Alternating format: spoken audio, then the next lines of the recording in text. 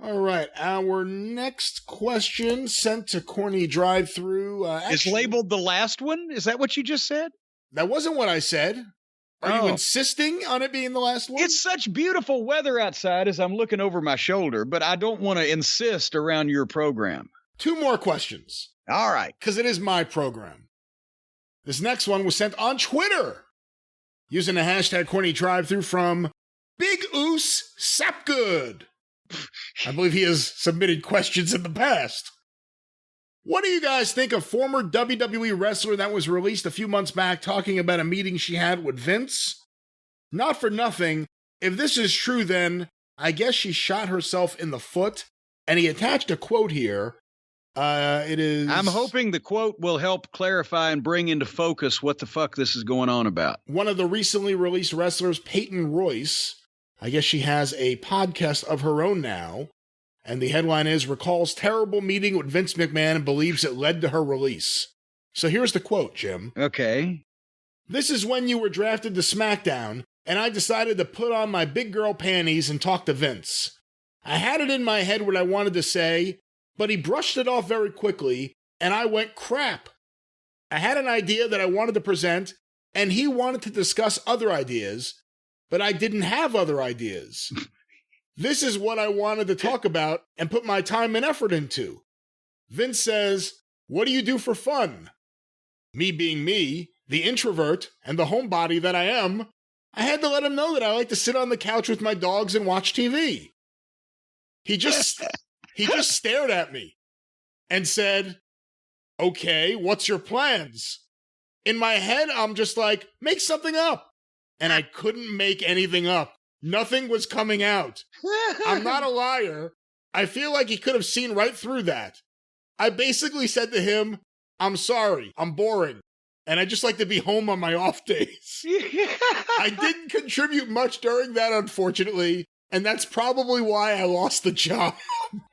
I would say that she hit that nail right on the head. Jim, what are your thoughts about the idea of a talent going in there to meet with Vince? They're not happy with how they're being used.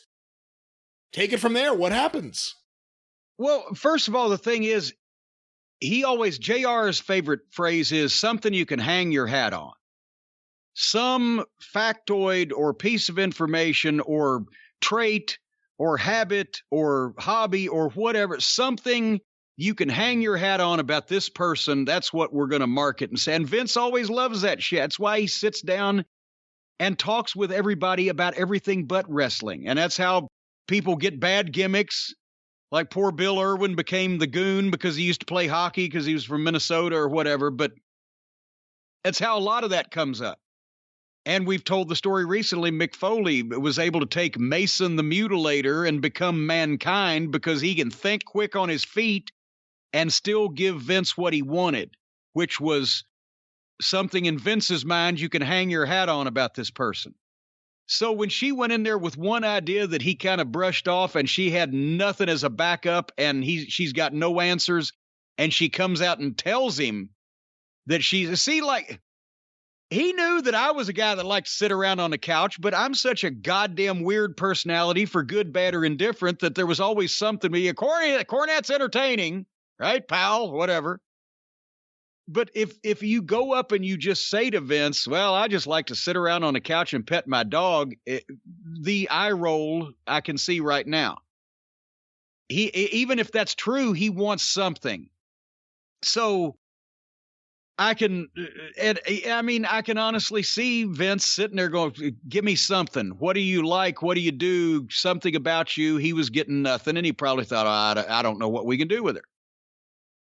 But that's his thing. You've always, I learned Bill Watts, when we first went to Mid-South, said if a heel if a wrestler, but especially a heel, because that in those days, heels called the match and etc. But if a guy goes to work and he's a wrestler and he doesn't show up with a way that he can win and a way that he can lose, all ready to present to whoever the booker is that will be beneficial to him but still get across what needs to be done, then it's like a carpenter going to work with no fucking toolbox. And if you get a chance to talk to Vince and you not only have your main idea, but a few other ideas. And also, if you read that those aren't going very well, but he says something that you can riff off of, or, come up with something that complements that. Like in creative meetings is just sitting around bouncing ideas. Well, what if so-and-so did that? No, that would be kind of fucking screwy, but what if he did this instead? But it's kind of like that. Okay. Just talk about ideas. But if you're just sitting there, I got nothing, Vince. Well, he's got nothing either. You want to be used more than he wants to use you. So the burden is on you to come up with something. And then it's a bigger prey if they won't listen to it. That's another thing. There's been great ideas presented that they wouldn't listen to, but at least you've got something. But sitting on the couch playing with the dog works for me. That sounds like my kind of girl. Not necessarily a good gimmick for wrestling, though. No, not necessarily for somebody you want to pay to see.